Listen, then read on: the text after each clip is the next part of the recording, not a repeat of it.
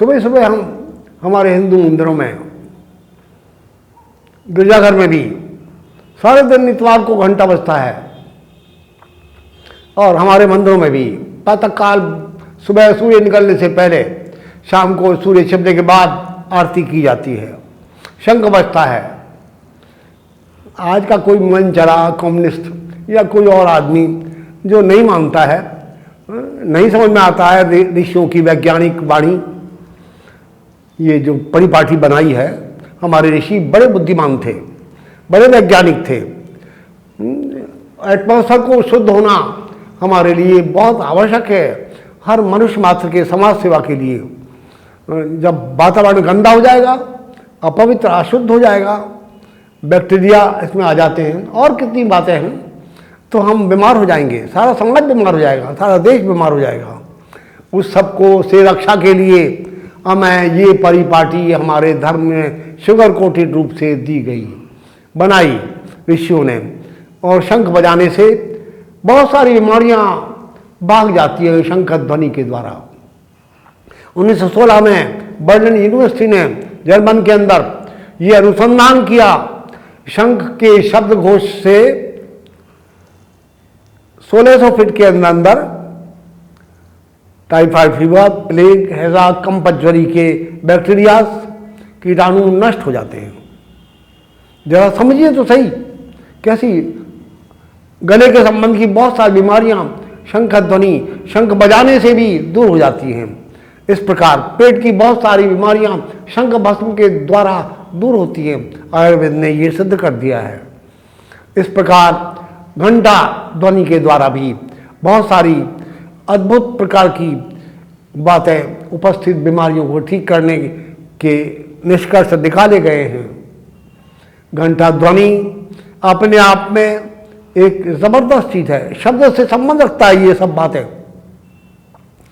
घंटा ध्वनि लंदन में 1926 में एक घटना हो गई। वहाँ के एक मेंबर ने, बहुत बड़े आदमी थे, उन्हें टीबी की बीमारी थी, और गिरजाघर में, गिरजाघर के पास उनका घर था, और वहाँ घंटा दिन भर बजता रहता था। और भी जिस समय प्रेयर वगैरह होती है तब भी बजता है, और काफ़ी काफ़ी देर तक बजता है। बड़ा विशालकाय घंटा होता है। इस प्रकार वो बहुत परेशान हो गए। उन्होंने लंदन कोर्ट, पहले गिरजाघर को वैसे कहा, वो नहीं माने, और लंदन कोर्ट में दावा कर दिया गया। और उस नटशेल में लंदन कोर्ट ने उनको, उस आदमी को भी नहीं टाल सकते थे वो, और गिरजाघर को भी कुछ कह नहीं सकते थे। इसलिए लंदन यूनिवर्सिटी ने 1928 में ये उनको दिया गया, वहाँ के वैज्ञानिकों को, घंटा बजाने से क्या टीबी की बीमारी पर कोई बैड इफेक्ट होता है। उन्होंने रिसर्च करके, अनुसंधान करके 6 मई 1928 को ये डिक्लेयर किया, कोर्ट में दे दिया लिखकर कि भाई घंटा बजाने से जो वाइब्रेशन पैदा होता है वायुमंडल में, उसके द्वारा 2600 फीट के अंदर जितने टीबी के कीटाणु होते हैं, बैक्टीरिया होते हैं, वो तमाम समाप्त हो जाते हैं। लंदन की कोर्ट ने ये कहकर, ये लिखकर फैसला कि इससे टीबी के मरीज को कोई हानि नहीं हो सकती, अपितु फायदा होता है। इसलिए समझिए आप, ऋषि मुनियों ने घंटा ध्वनि, और बहुत ज़्यादा वैज्ञानिक बात का ध्यान रखा गया। दिन में अगर आवाज़ दो, घंटा बजाओ, तो दूर तक आवाज़ नहीं जाएगी।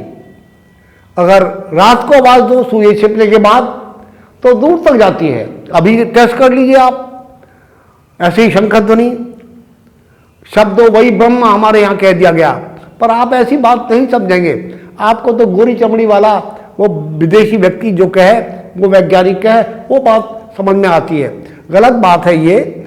हमारे ऋषि मुनि बहुत मेधावी, वैज्ञानिक, परिमार्जित व्यक्ति थे, और उन्होंने अनुसंधान करने के अनंतर प्रकृति को बहुत गहराई से जानकर ही ये बातें बताई हैं।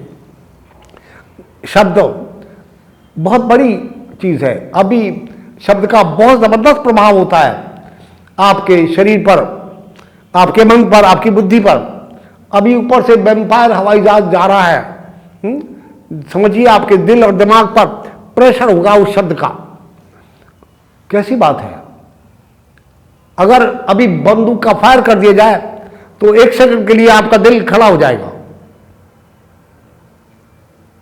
इससे बड़ा यदि हैवी गन का फायर कर दिया जाए, बम का फायर हो, बम गिरे, धमाका हो, तो श्रीमान आपके मकान के दरवाजे झरझराने लगते हैं, आपके कान के पर्दे फट जाएंगे।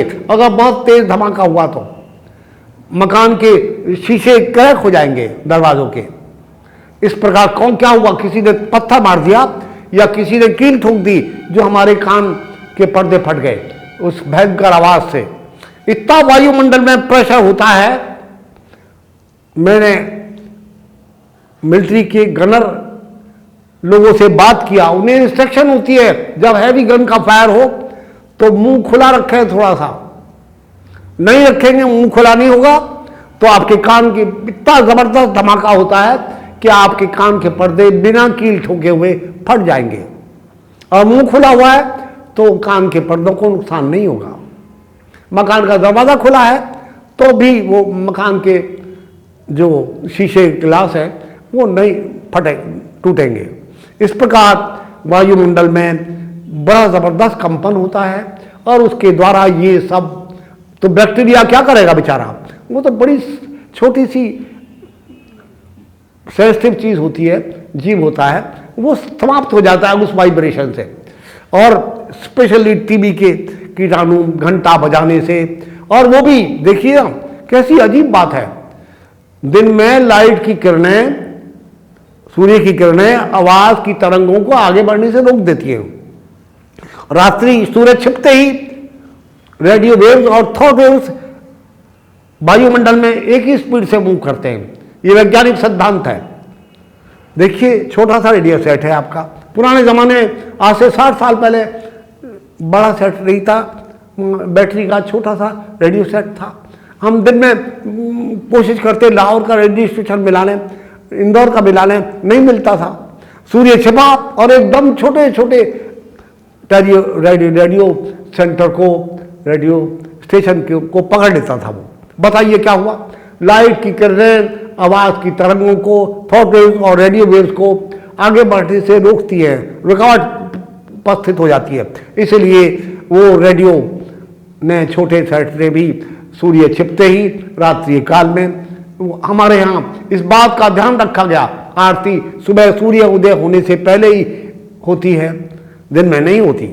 कर लीजिए, पर वो वैज्ञानिक विधि तो यही है, सूर्य छिपने के बाद शाम को होती है, जिससे वायुमंडल में शंख और घंटे एक साथ घर घर, हिंदुस्तान का हर घर बंदे रहे, सब घरों में पूजा होती है और वहाँ घंटे, घंटियाँ, शंख और बड़े घंटे बजाए जाते हैं और उससे तमाम ये वातावरण, एटमॉस्फेयर को, हवाई तान शुद्धि को प्राप्त हो जाता है।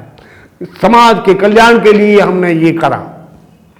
ऐसी अद्भुत बातें हमारे यहाँ इस बारे में क्या, क्यों, कैसे किताब लिखी और भी किताबों में ऐसा लिखा, संसार की विचित्र पुस्तक में ऐसी बातें बताई जिसमें कि ये ऐसी क्या करें, कैसे करें, क्यों करें, किताब का नाम ही क्या, क्यों, कैसे है। इस प्रकार उसे पढ़कर आप ज्ञानवान हो सकते हैं और ऐसी आपके आसपास होने वाली अद्भुत बातों को पूरी तरह जान सकते हैं। इससे आपका कल्याण होगा, समाज का कल्याण होगा। ऐसी बहुत सारी, एक नहीं अनेकों बातें हैं जो आप करते हैं, आपको मालूम नहीं है, परंपरागत करते हैं।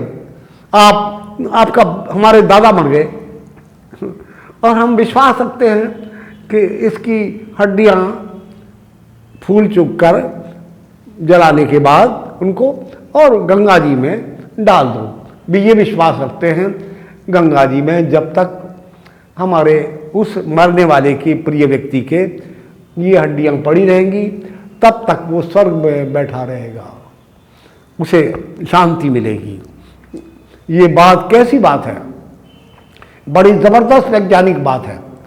हर दरिया के किनारे बड़े बड़े शहर हैं और उनमें सब में गंदे नाले वगैरह डाले जाते हैं। जल को शुद्ध करने की प्रक्रिया में मनुष्य की हड्डी में फास्फोरस होता है स्पेशली, और वो जल को शुद्ध करने की बहुत महत्वपूर्ण वस्तु है।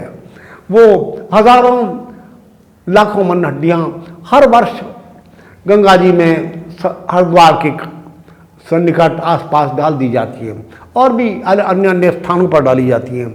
उससे सारा वातावरण जल विशेष रूप से स्वच्छ होता है और उसे हम पीते हैं। इस प्रकार समाज के कल्याण के लिए अगर देश की विशेष कोई बड़ी पार्टी भी ये अनाउंस कर दे कि देश की जल को स्वच्छ करने के लिए गंगा जमुना आदि अन्य दरियाओं में ये हड्डियाँ अपने प्रिय व्यक्ति मरने वाले व्यक्ति की डाली जाए, तो कोई नहीं डालेगा देश की सेवा के लिए, समाज की सेवा के लिए नहीं। इस बात से सम्मोहित होकर कि मेरा वो बुजुर्ग, वो प्रिय व्यक्ति स्वर्ग में बैठा रहेगा, उसे शांति मिलेगी, वो जरूर जाएगा डालने। तो ऋषि मुनि ने ये ना कहकर, सीधा समाज कल्याण की बात ना कहकर, जल को शुद्ध करने की बात ना कहकर उसे धार्मिक परिपाटी के रूप में बना दिया। समझिए जरा कैसी अजीब बातें, ऐसी तमाम बातें। मेरा मंदिर नहीं, सैनिटोरियम था। मंदिर में होने वाली तमाम प्रक्रियाएं अपने आप में बहुत बड़ी हमारे धर्म की विधाएं हैं, आश्चर्यचकित कर देने वाली चीजें हैं। एक प्रक्रिया भी जिसे आप पागलपन की बात कहेंगे वो बिल्कुल नहीं है। वहाँ होने वाली संपूर्ण प्रक्रियाएं वैज्ञानिक हैं। कोई पंडित जी बता पाए या ना बता पाए ये अलग बात है, पर हमने ऐसी तमाम धर्म की विधियों पर, धर्म पूरा वैज्ञानिक है, उसकी विधि वैज्ञानिक है, वो हमारे समाज के कल्याण के लिए है, हर व्यक्ति के लिए इंडिविजुअली भी कल्याणकारक है, स्वास्थ्य रक्षक है। ऐसी बहुत सारी बातें हमारे धर्म में शुगर कोटेड बना दी गई हैं और उससे हमारा देश का, समाज का हित छुपा हुआ है। ये एक बहुत बड़ी हमारे धर्म में विशेषता है। इस प्रकार शिवरात्रि का उत्सव, नवरात्रों का उत्सव विशेष रूप से अलग से बड़े बड़े सम्मेलन भी होते हैं जिसमें ऐसी बहुत बड़े विद्वान आकर अद्भुत बातें अपने अनुसंधानात्मक प्रयोग जनता के समक्ष बताते हैं और उनसे सब व्यक्तियों को लाभ होता है और उनका कल्याण होता है, समाज का कल्याण होता है। वो दूसरे लोगों को बताते हैं, आपको हृदय रोग हो जाए क्या करेंगे, कैसे ना हो, क्या करें आप उसके लिए, क्या खाएं, क्या पिए, क्या निषेध, विधि निषेध है उसके लिए, आपकी बहुत सारी बीमारियों को भगा देने के लिए कैसे धर्म के रूप में कैसे बचा जा सकता है। मेडिटेशन के द्वारा आपकी मानसिक डरपोक व्यक्ति को साहसी कैसे बनाया जा सकता है, ऐसी बातें भी हैं। आपके बच्चे के विचारों को कैसे बदला जा सकता है। आपके पति, आपके भाई, आपकी श्रीमती जी, आपके कोई संबंधी आपसे वो अनर्गल बात करते हैं, गुस्सा आता है और कितनी बातें आती हैं और कुछ अनुचित बात करने लगे हैं, उन्हें बुरी आदत पड़ गई कोई, वो आदत कैसे छोड़ाई जा सकती है। इसकी बहुत सारी विधियां हैं हमारे पास, वो हम समय समय पर बताते हैं और उससे आपके बहुत सारे संघर्ष, विरोधाभास दूर होते हैं। ऐसी अद्भुत विधियां, अद्भुत विधि निषेध हमारे शास्त्रों में ऋषि मुनियों ने, परम वैज्ञानिक चिकित्सक ऋषियों ने बताए हैं। आप कब क्या खाएं, कार्तिक के महीने में करेला नहीं खाना चाहिए, हैं? रात को मूली और दही नहीं खाने चाहिए, अगर खाएंगे तो आपको गठिया की बीमारी आज नहीं कुछ समय के बाद हो जाएगी। इसलिए ये बातें परम आवश्यक हैं। मूली के संबंध में तो बड़ी अजीब बात लिखी है।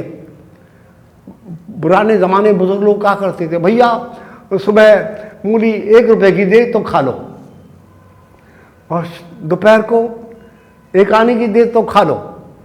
ये प्राचीन काल की बात बता रहा हूँ, आज से 60 साल पहले की, ऐसे कहा करते थे। और शाम को, रात को मतलब 1 रुपया भी साथ दे और मूली भी दे, मूली सूली। पर आज तो हमारे यहाँ शाम को ही मूली के पराठे बनाए जाते हैं, फिर तो बीमार होंगे। अस्पतालों की, डॉक्टरों की चांदी हो गई। आना ठीक है, आप करिए।